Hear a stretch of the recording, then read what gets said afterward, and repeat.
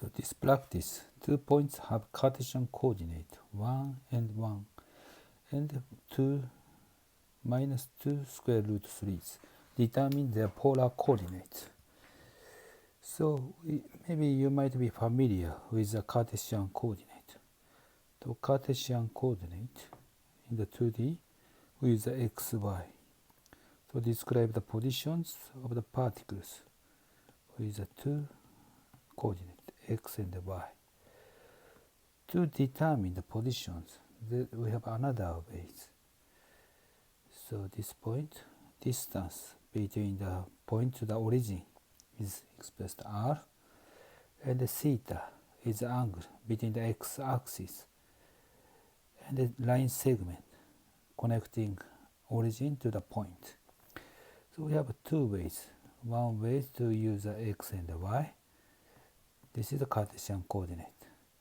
So in the case of the polar coordinate, we use r and theta. This is the polar coordinate. These two equations is changing easily because x is expressed r cosine theta, and the y is expressed r sine theta. So if you know the r and the theta, you can easily find the x and the y's. Or if you know the x and the y's, r can be easily calculated. Square root x squared plus y squared. Or tangent theta is equal y over x. So if you know the x and y's, we can also find the theta, r and theta. So these questions, the Cartesian coordinate is given, and we'd like to find out polar coordinate. X, y. First question is 1 and 1.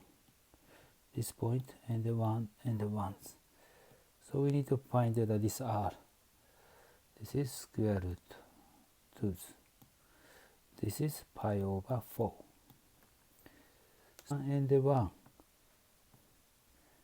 is corresponding r equals square root 2. The theta equal pi over 4. And the second point is given 2.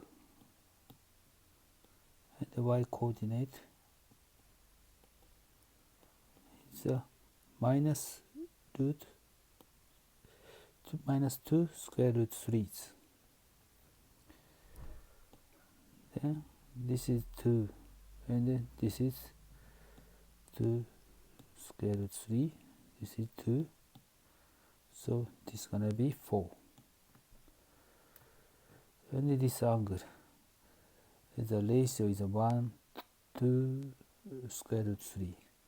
So this is 60 degrees, or you can use the radians, pi over 3.